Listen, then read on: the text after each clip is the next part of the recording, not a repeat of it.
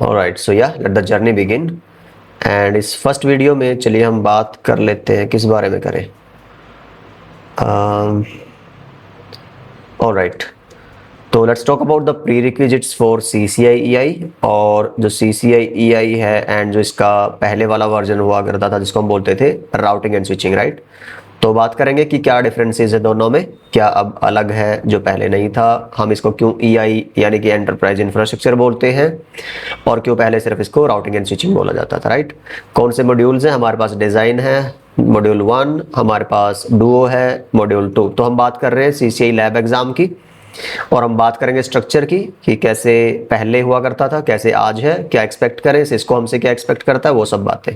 Scoring logic क्या है, और ये कोई एग्जैक्ट नहीं है पर from the experience of the candidates and from the experts who says on Cisco live, उनकी बातों से और उनकी मेल्स और उनके साथ कॉन्टेक्ट से, तो यस ओवर द टाइम एक पैटर्न बनता है कि हाँ यार इतना स्कोर अगर आप करते हो तो आप पास होते हो जनरली, और इसके नीचे आप फिर यू फेल्स, राइट।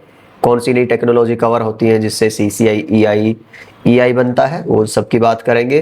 रीडिंग की बात करेंगे दो पॉइंट ऑफ व्यू से, राइट। एक बिकॉज सी हर बंदा CCI सिर्फ नंबर के लिए नहीं करता, वो CCI पढ़ता है ताकि एक बेहतर प्रोडक्शन इंजीनियर बन सके। कैसा इंजीनियर, जो एसेट हो अपनी कंपनी के लिए, लाइक इंश्योरेंस जिस पे ट्रस्ट कर सके for those times of the network when it doesn't behave as you have configured it to. जब जो प्रॉब्लम सिनेरियोज होती है, ट्रबल शूटिंग केसेस होते हैं, जब फंसता है नेटवर्क, राइट, जब आप पैसा लूज कर रहे हो तो, रेपुटेशन लूज कर रहे हो तो, उस टाइम पे CCI जो लोग हैं, जो एक्सपीरियंस लोग हैं, जो क्वालिफाइड लोग हैं, जो L3 पीपल हैं सपोर्ट वाले, वो काम आते हैं। वो फटाफट से अंडर प्रेशर चीज़ों को सोल्व करते हैं, तभी उनकी इतनी हाईली डिमांड में वो होते हैं, उनका पैकेज LPA वो सब बेहतर रहता है।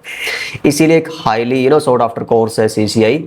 तो और it's my advice as well, अगर आप इस चैनल के साथ पिछले 4-5 साल से हैं, NA आपने कर लिया, NP आपने कर लिया है और अभी आप एक नई डायरेक्शन ढूंढ रहे हैं या फिर स्टक हो गए, मेरे पास बहुत सारी मेल्स, कॉल्स, आप मैसेज भी पढ़ते होंगे बहुत सारी वीडियोस के कमेंट्स में कि अब क्या अब क्या अब क्या, और मेरे पर्सनली कांटेक्ट में बहुत सारे स्टूडेंट्स हैं जो एक कंफर्ट जोन में है। तो यार ये साल मैं उम्मीद करता हूँ एटलीस्ट जब मैं चीज़ें बना रहा हूँ, अब ऑन ट्रैक ला रहे हैं हम सारा CCI का, मैं सोच रहा हूँ कि कुछ ना कुछ डालता ही रहूँ, टच में रहूँ आपके साथ, गाइडेंस, रेलेवेंट वीडियोस, जो भी कंटेंट है, लाइक व्हाट इट टेक्स, जो सजेशंस है, तो जिस तरह की भी वीडियोस पॉसिबल होगी एक वर्क लाइफ और उस सब यूट्यूब, जॉब, पर्सनल लाइफ को बैलेंस करते हुए I try to be there as much as possible. तो आप कमेंट में मेरे को थोड़ा सा वो कर सकते हैं कि on what topic should I be making the video. अगर आप स्पेशली इस एक्सपर्ट लेवल के एग्जाम के लिए जा रहे हैं, विच इज़ माई लाइक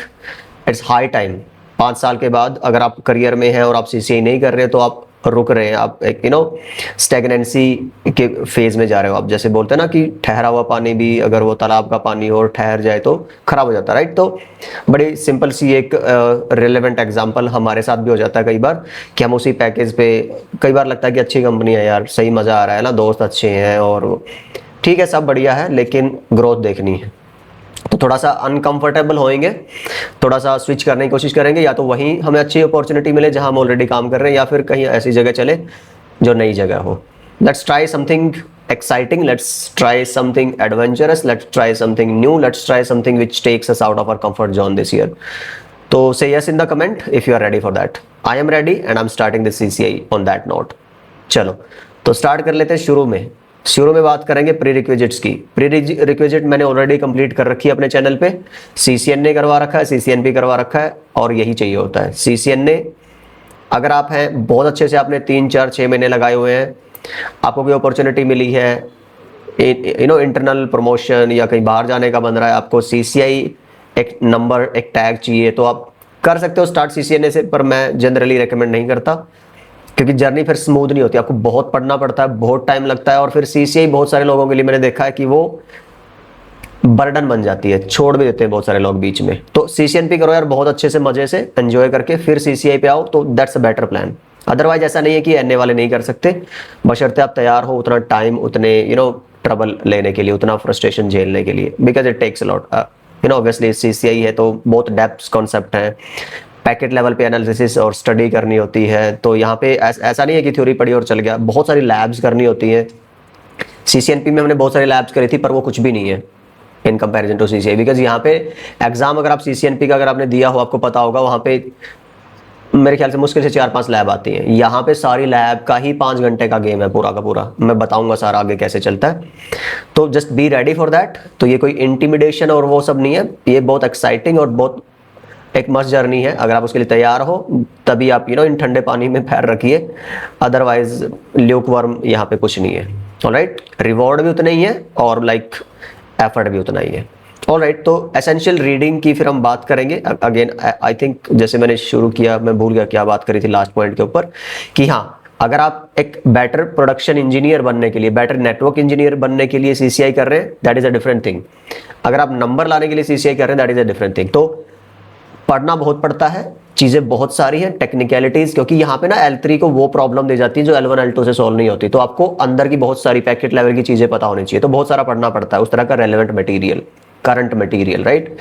लेकिन अगर आपको नंबर निकालना है तो उसकी हम बात करेंगे बाद में, कि कुछ शॉर्टकट्स तो नहीं बोलूँगा, स्मार्ट टिप्स है जो अगर आप फॉलो करो तो ठीक रीडिंग में ठीक टाइम पीरियड में आप CCI निकाल सकते हो 1-2 बार में। तो कोई बड़ा एज सच हवा और वो सब लेने की जरूरत नहीं। एक सिस्टमेटिक अप्रोच होती है लाइक फॉर एवरी सिस्टम। अगर आप इस सिस्टम को भी ऐसे ही फॉलो करेंगे तो हो जाएगा, कोई बड़ी बात नहीं है। ऑलराइट, ऑन दैट नोट, तो I think I talked about कि प्री रिक्विजिट क्या है, CCN ने, CCNP हो तो बहुत बेहतर है।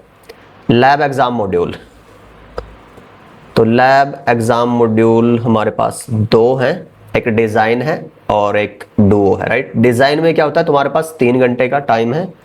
मैं थोड़ा सा अगर यहाँ पे आ जाऊं, ये क्या है, अच्छा ये काम आएगा शायद हमारे ना, लेट इट बी देयर।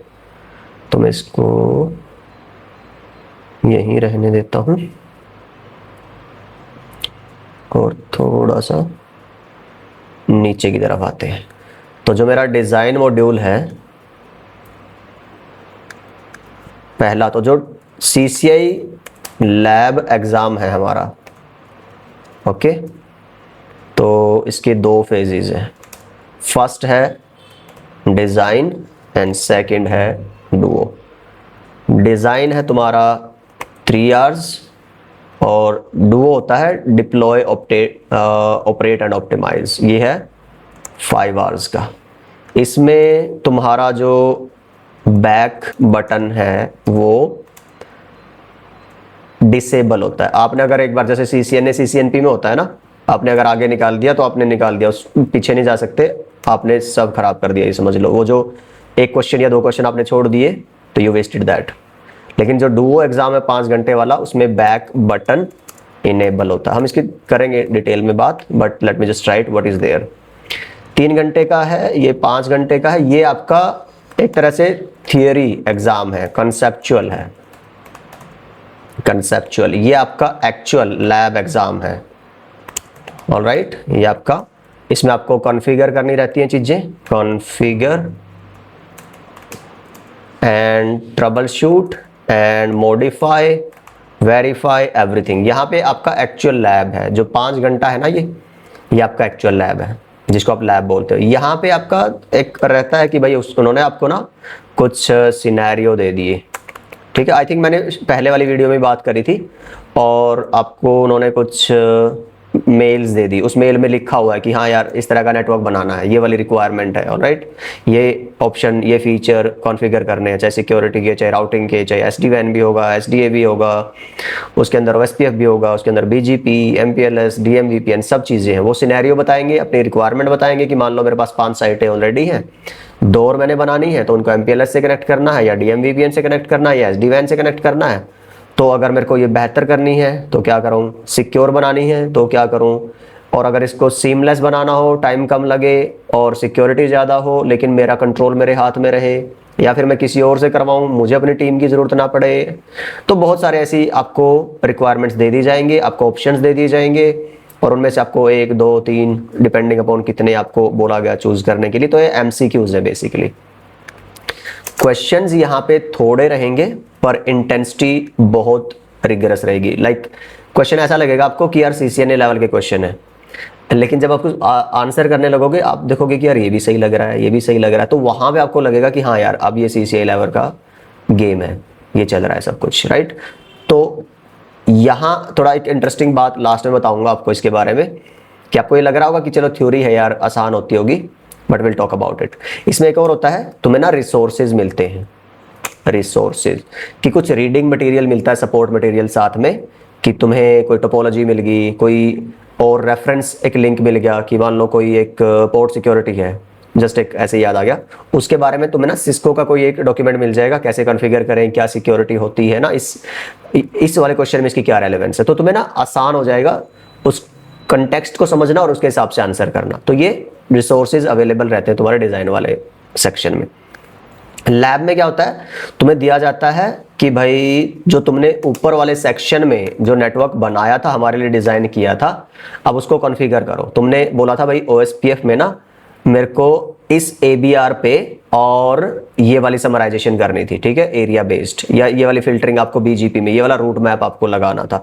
अब आप एक्चुअली में उसको यूज़ करके दिखाओ, वो समराइजेशन, वो फिल्टरिंग, और वो मान लीजिए कोई आपने क्या बोलते हैं एट्रीब्यूट चेंज करना, BGP की बात करो, तो whatever etcetera etcetera, so that you have to configure, right. Actually दूसरा वो क्या कर देंगे कि कुछ मिस कर देंगे चीज़ें, जैसे कोई राउटर ID मिस कर दी उन्होंने और वो आपको डालनी पड़ेगी, या फिर हो सकता है कि राउटर ID मिस कॉन्फ़िगर कर दी उन्होंने, कोई इंटरफेस पे IP मिस कॉन्फ़िगर कर दी, शट कर दिया उन्होंने, कोई इंटरफेस पे OSPF चलाया ही नहीं है, किसी ऐसे पे चला दिया जो रिक्वायर्ड ही नहीं था, एटसेट्रा एटसेट्रा। तो ऐसी बहुत सारी चीज़ें आपको ढूंढनी पड़ेंगी। तो इसलिए ना यहाँ पे गोल्डन रूल होता है, verify then configure what was missing and then verify, कि क्वेश्चन के हिसाब से। अब ऐसा नहीं कि आपको लगा कि हाँ यार ये चल रहा है और ऐसे ही बिहेव करना चाहिए नेटवर्क, वो ना क्वेश्चन में क्लियरली मेंशन करेंगे कि ये हमें एज अ रिजल्ट चाहिए, तो वो आपको रिजल्ट मिल रहा है कि नहीं मिल रहा है वो वेरीफाई करना है। तो मैं इसकी बहुत सारी बातें करता रहूंगा आगे धीरे धीरे आने वाली वीडियो में, बट एक जनरल आइडिया ये है कि एक डिजाइन होता है तुम्हारा 3 घंटे का, डुओ होता है 5 घंटे का, इनके बीच में एक हाफ एन आवर का बर्गर खाने का, लंच करने का ब्रेक मिलता है आपको, और तकरीबन $1600 इसकी फीस रहती है, वो ऊपर नीचे आप देख लेना when you are planning it. और मैंने शायद पिछली वीडियो में बताया था कि इसके लिए आपको अपना जो कोर पेपर है, एनकोर पेपर है, राइट, CCNP एनकोर, वो क्लियर करना होता है, उसके बाद ही आप ये वाला लैब एग्जाम दे सकते हो। तो ये एक पूरा वो है कि जो आपका CCI का एग्जाम है वो कैसा दिखता है, उसमें क्या क्या आपके मॉड्यूल्स होते हैं। तो 2 मॉड्यूल है, design and Duo, 3 hours 5 hours. इसमें और भी बहुत सारी चीजें होती है, हम कभी बाद में बात करेंगे, अदरवाइज ये वीडियो बहुत लंबी हो जाएगी। पासिंग पॉइंट क्या होते हैं आपके, मैं शायद मैंने PPT में दिया होगा, ये देखो यार, दोनों ही डिजाइन भी पास करना है, डुओ भी पास करना है, और एक इसमें ना कट ऑफ होती है। जैसे मैं आपको दिखाऊं ना कि बोलने को तो बोल दिया कि भाई जैसे हम नॉर्मली एग्जाम देते हैं कि भाई 33% आना चाहिए और आप पास हो, इसमें 50% होता है वैसे, पर आई डोंट बिलीव दैट। तो कट स्कोर है जैसे 25, तो डिजाइन और डुओ 100 में से डिजाइन की वेटेज है 37%, डुओ की वेटेज है रिमेनिंग, तो 1/3 डिजाइन का क्राइटेरिया है या फिर वेटेज, और 2/3 आपकी डुओ की वेटेज है। तो डिजाइन भी पास होना चाहिए कट स्कोर से ऊपर या बराबर, और डुओ भी कट स्कोर से ऊपर, दोनों। अच्छा, ऐसा नहीं है कि मान लो आपने डिजाइन दिया और डिजाइन फेल हो गया तो आप डुओ नहीं दे सकते, आपको दोनों ही देने हैं, और आपका जो रिजल्ट आपको मेल कर देता है सिस्को वाले, तो आपको पता चल जाता है आपने किस सेक्शन में कितना परफॉर्म किया, परसेंटेज ऑफ मार्क्स कितने हैं, तो आपको दोनों ही देने हैं। फेल पास वो बाद की बात है, अगर आप एक भी फेल करते हैं, मान लो डिजाइन गया, तो डुओ आपने चाहे कितना अच्छा किया हो कोई फर्क नहीं पड़ता। जैसे शायद मैंने एक बार एक पेपर दिया था, कौन से बैंक का था, तो उसमें ऐसा ही था, एक प्री मेंस करके है ना, तो दोनों ही पास होने चाहिए थे, और दोनों में ही मिनिमम कट ऑफ से ऊपर का स्कोर आना चाहिए थे, कोई IBPS PO पता नहीं कुछ ऐसा एग्जाम था। तो ऐसा ही है यहाँ पे भी दोनों पास होने चाहिए और मिनिमम जो एक्सपेक्टेशन है उसके। तो ये कुछ सिनेरियो मैंने आपको दिए हैं, ये भी कई बार हो जाता है, बड़ा रेयर केस है, कभी मैंने तो नहीं सुना देखा किसी मेरे स्टूडेंट के साथ, बट बोलते हैं ऐसा कि it has happened some time, but just ignore it for now. तो ये वाला सिनेरियो आपको ध्यान देना है, ओके, कि भाई आपका स्कोर डिजाइन और डुओ दोनों में ही इतना अच्छा होना चाहिए कि एटलीस्ट 70-75, तो 80 के लिए हम टारगेट करके चलते हैं, देन वी कैन स्ट्राइव कि हाँ यार नंबर आ जाए। तो ये एक आइडियल स्टेट होती है। उसके बाद क्या बात करनी है हमें, प्री रिक्विजिट की बात हमने कर ली, और सिस्को के मॉड्यूल्स कौन से रहते हैं, एंड आपका पास फेल का थोड़ा सा हमने देख लिया। एसेंशियल रीडिंग, देखो यार अगर मैं बात करूँ ना कि जो लोग CCNA वाले हैं या थोड़ा बहुत CCNP जिसने स्टार्ट कर दी, वो लोग अगर CCI की तरफ जा रहे हो, इवन मैं बोलता हूँ कि अगर आप एक्सपीरियंस नहीं है और बहुत कुछ ज़्यादा पढ़ा नहीं है आपने CCNA के अलावा, तो आप यहाँ से शुरू करिए। बहुत अच्छी बुक्स है, सिंपल सी लैंग्वेज में, फटाफट फटाफट पढ़ डालिए इनको, ज़्यादा टाइम मत दीजिए। अगर आपको लग रहा है ना कि आपने CCNA अच्छे से कर रखा है, CCNA आपका ठीक ठाक है, तो मैं तो यही रेकमेंड करूंगा यार भाई, पहले आप CCNA बहुत अच्छे से पढ़ो, तभी आप यहाँ पे आओ। जर्नी बहुत अच्छी होगी, एंजॉय करोगे आप इस प्रोसेस को, और मैं चाहता हूँ कि आप इस प्रोसेस को एंजॉय करो, तभी मज़ा है यार, तभी अचीवमेंट और वो सब मायने रखती है ना। अगर सफ़र में ही थके थके और बेमतलब से दौड़ रहे हैं, तो आई डोंट नो कि कहाँ पहुँचेंगे और पहुँच के करेंगे कि हम क्या, है ना। बट अपना अपना है सबका, दिस इज माई ओपिनियन। तो कोई दौड़ नहीं है भाई CCI का एक धप्पा लगाना है और टैग लेना है, मज़ा आना चाहिए यार। 5 साल लगे वहाँ तक पहुँचने में, 5 हो गए, 2 और लग जाएंगे कोई बात नहीं, साल लगे 6 महीना, तो इट शुड बी लाइक अपनी नज़रों में भाई हमने कभी करेंगे बात, कभी लाइव कोशिश करूँगा आने की। और अगर if you guys are really interested, really serious, तो अच्छा लगेगा मुझे भी आपको गाइड करके और आपसे बात करके उस मुद्दे पे। बट या ये CCNP की बुक्स है, you should read them page to page, okay. तो नो कॉम्प्रोमाइज। हाँ, जल्दी जल्दी पढ़ सकते हो, वो एक अलग बात है, वो डिपेंड करता है आपने पहले कितना मेहनत करा हुआ है। ये हैं बुक्स टोटली उन सीरियस प्रोडक्शन वाले लोगों के लिए कि भाई जिसको, अब मान लो कोई BGP पे काम कर रहा है किसी सर्विस प्रोवाइडर कंपनी में, और BGP he day in day out है, MPLS है, तो पढ़ो भाई इन बुक्स को, ये वरदान है, ये ब्लेसिंग्स है प्रोफेशनल्स के लिए। यहाँ पे बहुत इन्स एंड आउट्स है तुम्हारी प्रोटोकॉल्स के लिए। देखो इसका कंटेंट एक बार क्या है, तो यू विल लव इट। फिर अगर आप जैसे CCI स्पेसिफिक तैयारी कर रहे हो, या फिर मान लो कोई SD-WAN के प्रोजेक्ट पे काम कर रहा है, तो उसके लिए भी ये चीज़ें, ये जो 2 बुक्स है ना, बहुत हेल्पफुल है। SDA SD-WAN, जो SDN को इन जनरल समझना चाहते हैं, या फिर कोई प्रोजेक्ट पे किसी को जॉब मिली है, लगता है कि इंटरव्यू है और वो सब, तो these are highly recommended books. PNET एक टूल है, GNS3 पे हमने आई बिलीव सारा CCNP किया हुआ है। तो आजकल I don't know, I haven't use GNS3 in a long long time, 2-2.5-3 साल शायद मेरे को हो गए GNS3 यूज करे, and I love PNET। Free है, आप सेटअप करो, इमेजेस डालो and just go for it. 8 GB 16 GB RAM अगर आपके पास है और i3 i5 प्रोसेसर है, तो आराम से मस्त चलेगा। सिर्फ SD-WAN और SDA नहीं चलेगा, उसके ऊपर कभी अलग से वीडियो बनाऊंगा मैं कि क्या हार्डवेयर, क्या सॉफ्टवेयर, कैसे लैब सेटअप और वो सब। बट यस, राउटिंग, स्विचिंग, ये सारा जो सर्विसेज, सिक्योरिटी, सब आपका आराम से PNET पे हो जाता है। जो ट्रेडिशनल पार्ट है 60% वो हो जाएगा, जो SDN पार्ट है 40% वो नहीं होगा, और उसमें से SD-WAN हो जाएगा, थोड़ा हम कभी बात कर लेंगे अगर बहुत अच्छा लैपटॉप आपके पास है। लेकिन SDA तो भूल जाओ भाई, वो DNAC ही अकेला 256 GB रैम और 64 या 56 GB, सॉरी 56 या 64 कोर ऑफ प्रोसेसर, तो उसके लिए तो तुम्हें सर्वर चाहिए होता है, ठीक है। तो या तो तुम खरीदो, या फिर कोई ट्रेनिंग इंस्टीट्यूट वगैरह जो रैक रेंटल देते हैं, तो इतने में तुम ये लगाओगे ना, इतने में तो तुम कोई अपना 1,00,000 1,80,000 80,000 कोई ऐसी फीस होती है। हमारे प्रोग्राम की पता नहीं मुझे क्या फीस है, बट यस वो उसी के ₹1,00,000 के अराउंड रहती है। तो तुम उसमें सारा CCI भी हो जाता है, और उसमें तुम्हारी ये सारी प्रैक्टिस भी, SD-WAN SDA भी हो जाती है नॉर्मल से लैपटॉप में, है ना। वो तुम्हें सारा उसके अंदर इंक्लूड करके देते हैं। बट यस, अगर तुम कर रहे हो तो ये लिमिटेशन रहेगी। SDA तो तुम बिल्कुल नहीं कर पाओगे, SD-WAN भी शायद किसी किसी के पास उतना अच्छा लैपटॉप होगा। But okay, before coming here and saying thank you, let me show you the content. Just a second. Where is that? ये ब्लूप्रिंट है सिस्को का CCI के लिए। अब इसमें से आप देखो कि जो ये 30% नेटवर्क इंफ्रा है, ऑलराइट, जो ट्रेडिशनल वाला है, तो मैं 60% ट्रेडिशनल दिखा देता हूँ पहले आपको, और उसके बाद आपका है ये 15% ट्रांसपोर्ट टेक्नोलॉजीज एंड सॉल्यूशन, और फिर उसके बाद आपका है जो ये इंफ्रास्ट्रक्चर,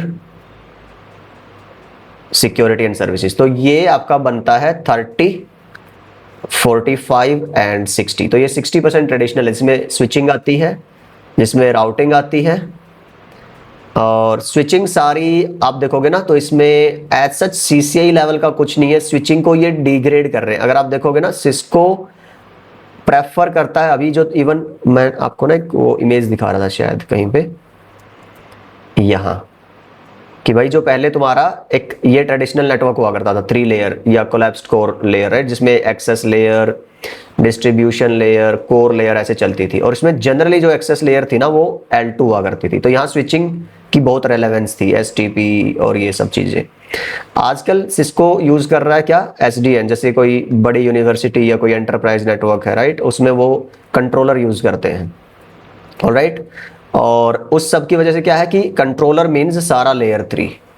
तो जो कंट्रोलर डीनैक होगा या जो भी कंट्रोलर है तुम्हारा जिस भी वेंडर का, उनको एक्सेस नहीं वो चाहिए होता है, सॉरी लेयर 2 नहीं, लेयर 3 पे काम कर रहे हैं वो। कभी मैं बात करूंगा पूरा इन प्रोडक्ट्स के ऊपर कि SDA क्या है, SD-WAN क्या है, ACI क्या है और ये सब, और तब हम इन सब की बातें करेंगे। पर जो पॉइंट मैं अभी रख रहा हूँ फिलहाल के लिए वो ये है कि Cisco is not recommending layer 2 in the access technology anywhere, तो इसलिए वो लेयर 2 की टेक्नोलॉजीज को भी उतना तवज्जो नहीं दे रहे। अगर आप CCI में देखोगे जो स्विचिंग है वो नॉर्मल बिल्कुल, कि कोई VLAN है वो कैसे किसी इंटरफेस को VLAN में डालना है, कैसे कोई VLAN बनानी है, ट्रंक लिंक पे पास करनी है, ट्रंक कैसे कॉन्फ़िगर करना है, और थोड़ा बहुत ईथर चैनल की trouble shooting, that's it, nothing much.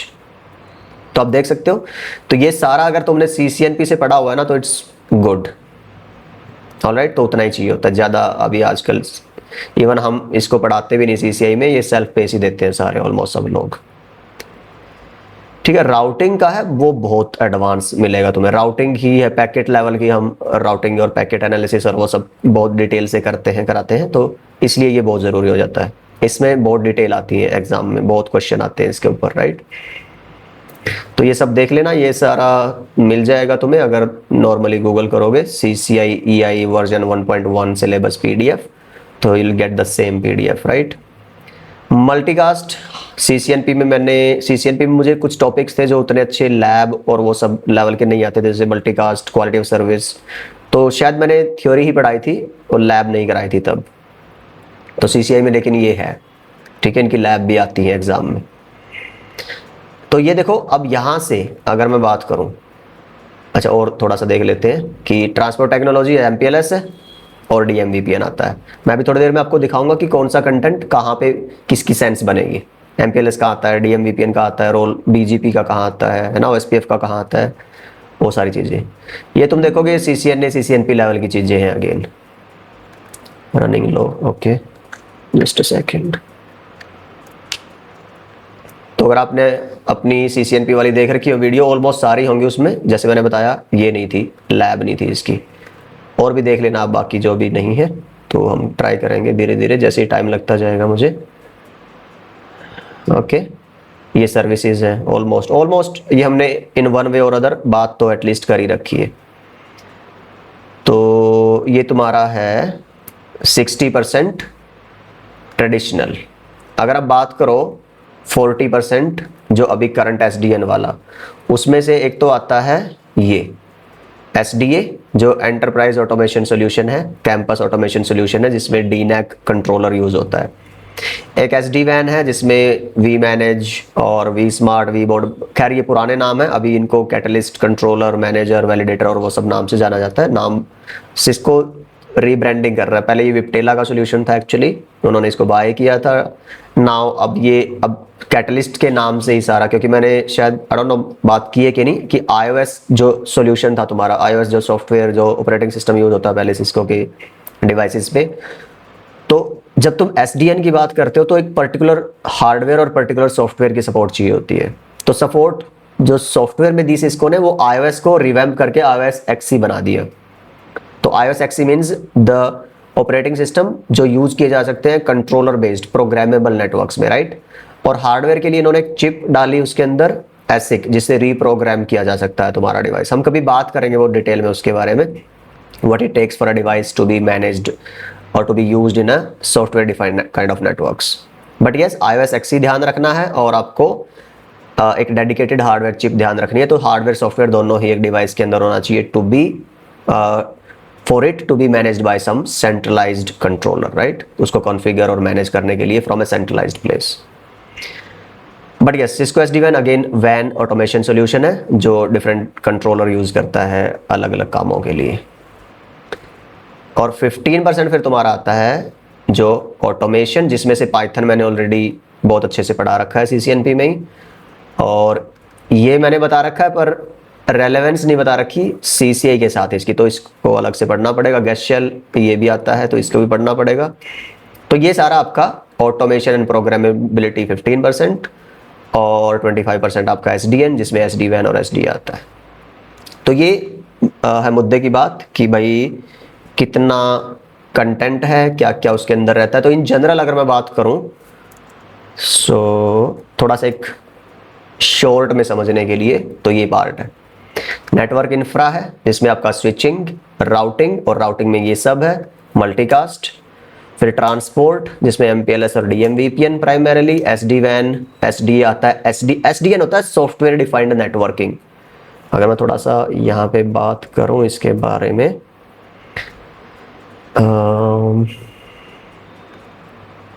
तो SDN एक जनरल टर्म है, software defined networking, defined network और नेटवर्किंग। इसमें 3 तरह के प्रोडक्ट आते हैं सिस्को के। एक तो आता है SDA, ये आता है आपका कैंपस और एंटरप्राइज के लिए। इसका जो कंट्रोलर यूज होता है उसमें उसको पहले बोलते थे DNAC, आजकल बोलते हैं सिस्को कैटलिस्ट सेंटर। फिर एक प्रोडक्ट आता है इसका SD van, software defined van. ये होता है वैन के ऑटोमेशन के लिए। इसमें कंट्रोलर आते हैं vSmart, vManage and vBond। Will talk कि V का क्या मतलब है यहाँ पे, और अभी नेम चेंज और वो सब होने के बाद इनको क्या बोलते हैं। और फिर आता है तुम्हारा ACI, ये आता है तुम्हारा डेटा सेंटर के ऑटोमेशन के लिए। 3 ही तरह के नेटवर्क होते हैं ना, एंटरप्राइज, कैंपस, वैन एंड DC।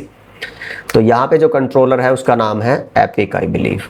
तो ये एक एंटायर रेंज है, बोल दो आपकी जो पूरी अम्ब्रेला टर्म है पूरी सॉफ्टवेयर डिफाइंड नेटवर्किंग को डिफाइन करने के लिए। उसके अंदर जो प्रोडक्ट्स है सिस्को के वो ये है।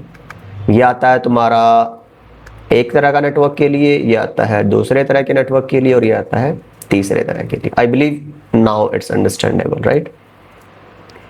तो SDN का मतलब क्या? SDN का मतलब है जब आप ये सारी टेक्नोलॉजीज पढ़ते हो, SD वैन, SDA, ACI और ये सब। ACI नहीं है CCI में, क्योंकि वो डेटा सेंटर CCI DC का पार्ट है। तो CCI EI में, एंटरप्राइज इंफ्रास्ट्रक्चर में, ये 2 आते हैं, SD वैन और SDA। अच्छा, इसको EI क्यों बोलते हैं, है ना? मैंने शायद एक पॉइंट लिखा था कहीं पे, EI versus R&S। Routing and switching में ना सिर्फ यही पार्ट हुआ करता था। ट्रांसपोर्ट टेक्नोलॉजी होगी, बहुत ज़्यादा हुआ करते थे ना, कंटेंट बहुत ज़्यादा था इसका, और राउटिंग बहुत थी, स्विचिंग बहुत थी, ठीक है। ये वाला पार्ट भी था, ये और ये नहीं था, 3rd एंड 5th नहीं था। तो सिर्फ राउटिंग एंड स्विचिंग तक कोर, राइट, फोकस। यहाँ पे अब कोई एंटरप्राइज ऐसा नहीं मिलेगा। तुम जाके नेटवर्क देखो, अगर तुमने काम किया हो या सुना हो, तो कोई एंटरप्राइज नेटवर्क तुम्हें आज ऐसा नहीं मिलेगा जो ऑटोमेशन सॉल्यूशन, कोई कंट्रोलर यूज ना करता। उतने बड़े स्केल पे आज मैनेज करना, ट्रैफिक टाइप बहुत है, traffic amount, bandwidth requirement, security requirement, आपका quality of service requirement, features, आपको पता नहीं क्या क्या, अलग अलग कस्टमर अलग अलग डिमांड करता है। तो वो सारी चीज़ें, राइट, आपको ट्रेडिशनल नेटवर्क्स में भूल जाओ, बहुत कॉम्प्लिकेटेड हो चुकी हैं चीज़ें आज, राइट। तो आप just amount of traffic, you think कि how much you consume per day just as a normal user, तो just imagine about that kind of organization, right, enterprise scale. तो वहाँ पे चीज़ों को कॉन्फ़िगर और मैनेज करने के लिए सेंट्रली हम यूज़ करते हैं SDN और ऑटोमेशन, राइट। सो ये जब इंक्लूड हो जाते हैं राउटिंग एंड स्विचिंग के साथ, तो जो एंटायर सोल्यूशन बना CCI का, तो उसको सिस्को ने बोल दिया EI, एंटरप्राइज इंफ्रास्ट्रक्चर। तो ये सब यूज होता है आजकल, alright. I hope that make sense. Okay, is there anything I need to talk about? अच्छा, ये थोड़ा सा देख लो कि किस जगह पे कौन से नेटवर्क की सेंस बनती है और कहाँ पे कौन सा कंटेंट जो सिस्को ने क्यों दिया है ये EI में। मतलब ऐसे इलॉजिकल नहीं है ना, लॉजिकल तरीके से उन्होंने बाइंड किया है पूरे सिलेबस को, कि भाई जहाँ पे भी छोटी कंपनीज है, छोटे लेवल की जो ऑर्गेनाइजेशन है, वहाँ पे आपको मिलेगी राउटिंग स्विचिंग, ठीक है, नॉर्मल ट्रेडिशनल। वहाँ पे सिक्योरिटी भी रहेंगी, सर्विसेज भी रहेंगी, सारा कुछ है। आपका FHRP भी रहेगा, आपका DHCP भी रहेगा, आपका एवरीथिंग। लेकिन जो कंपनीज की जो ब्रांचेज है मान लो, और जो साइट्स है वो बहुत बड़े लेवल की है, तो उनको मैनेज करना है तो आपको फिर जैसे कैंपस या एंटरप्राइज सिंगल साइट की बात कर रहे हो तो एसडीए सॉल्यूशन यूज होगा। ऐसे ही बहुत सारी साइट्स है किसी कंपनी की, मान लो अलग अलग ब्रांचेज है पूरे इंडिया भर में या फिर वर्ल्ड वाइड, उन सबको कनेक्ट कराना है फॉर एग्जांपल, तो भाई आपको वैन सोल्यूशन चाहिए होंगे, ठीक है, जो सर्विस प्रोवाइडर और इंटरनेट सर्विस प्रोवाइडर बेस्ड होते हैं। तो आप या तो इंटरनेट यूज कर लो, ये जो ऑरेंज है ये मान लो आपका इंटरनेट है। अब इंटरनेट ओपन है भाई, तो ओपन की दिक्कत ये है कि वो सस्ता तो पड़ेगा, चीप तो रहेगा, अवेलेबिलिटी तो रहेगी, लेकिन सिक्योर नहीं है, कॉन्फिडेंशियल नहीं है, राइट, इंटीग्रल नहीं है। तो उसके लिए तुम्हें फिर आगे और सोल्यूशन यूज करने पड़ेंगे। मान लो तुम्हें ये जो हेडक्वार्टर का सर्वर एक्सेस करना था इस ब्रांच के इस यूजर को, और वहां के कॉन्फिडेंशियल डेटा को डाउनलोड करना है या कोई फाइल वहां अपलोड करनी है, तो इंटरनेट से आना मतलब खतरे से खाली नहीं है। तो हम क्या करते हैं वहां पे सोल्यूशन यूज करते हैं जीआरई बेस्ड, जैसे डीएमवीपीएन। तो जीआरई तो सिर्फ इनकैप्सुलेशन कराता है, अगर तुमने सीसीएनपी में पढ़ाओ, मैंने पढ़ाया था शायद जीआरई बहुत अच्छे से। तो इंक्रिप्शन कराने के लिए आप आईपीसेक यूज करते हो, तो वो टेक्नोलॉजी डीएमवीपीएन, राइट, कि मल्टीपल हब एंड स्पोक जो साइट्स कैसे कनेक्ट करते हो आप, कैसे, हाँ बाय द वे इसमें कॉन्फ़िगरेशन की रिस्पॉन्सिबिलिटी हमारी रहती है, राइट। तो हमारे पास ऐसी कैपेबल टीम और वो सब होना चाहिए who can configure and manage this। आपको इस सब झमेले में नहीं पड़ना, आपको अपना बिजनेस पे फोकस करना है, आपको आईटी की टीम नहीं रखनी, आप एमपीएलएस की सर्विस ले लो। You pay to the service provider and वो आपका सारा हेडेक रखेंगे, आप उनको जस्ट पैसा दो और उनसे अपना एसएल ले लो कि भाई ये वाली रिक्वायरमेंट, ये वाली साइट के लिए इतना मेरे को बैंडविड्थ, इतनी मेरे को लेटेंसी, इतना, ये सारा उनको डिफाइन करो, पेमेंट करो, तो आपको ईयरली, क्वार्टरली या 6 मंथ जो भी एक सब्सक्रिप्शन है, राइट, तो आप उस हिसाब से वो सर्विसेज आपको मिलती रहेगी। तो ये ट्रेडिशनल वैन है। अगर आपको करंट मॉडर्न वैन की बात करनी हो फिर एसडी वैन का सॉल्यूशन आप कॉन्फ़िगर कर सकते हो। तो कभी करेंगे बात हम पूरी डिटेल से, but this is like an entire idea, like a basic understanding कि कहाँ पे क्या चीज पिक्चर में आएगी। बीजीपी कहाँ बात करेंगे, जब हम सर्विस प्रोवाइडर्स की बात करेंगे कि मल्टीपल सर्विस प्रोवाइडर्स अब एक दूसरे से बात करते हैं to give the MPLS services, to give the internet services, right, जो इंटरनेट बनता है जिससे, तो उनके लिए फिर मल्टीपल सर्विस प्रोवाइडर्स के बीच में बीजीपी चलती है, तो हम उसको बहुत तफसील से पढ़ेंगे। तो एमपीएलएस कहाँ पिक्चर में आता है, BGP, DMVPN, OSPF, EIGRP, switching और एसडीएन नेटवर्क, तो ये सारा ये खेल है। So I believe it makes sense and काफ़ी लंबी ये वीडियो होगी अदरवाइज तो, और मोटी मोटी तौर पे जो चीज़ें हमने कवर करनी थी आई गेस वो हम ऑलरेडी सारी चीज़ों के बारे में बात कर चुके हैं। तो I hope this video was helpful and thank you so much for joining me again, and I hope will be continuing this journey जब भी टाइम मिलता जाएगा, लाइक जिस तरह से भी ज़िंदगी बैलेंस होती रहेगी, ऑफिस का टाइम, घर का टाइम और YouTube का time, let me try to manage it in a better way this time. So on that note, thank you so much again and keep learning, keep sharing. I'll see you in another one. Bye bye, take care.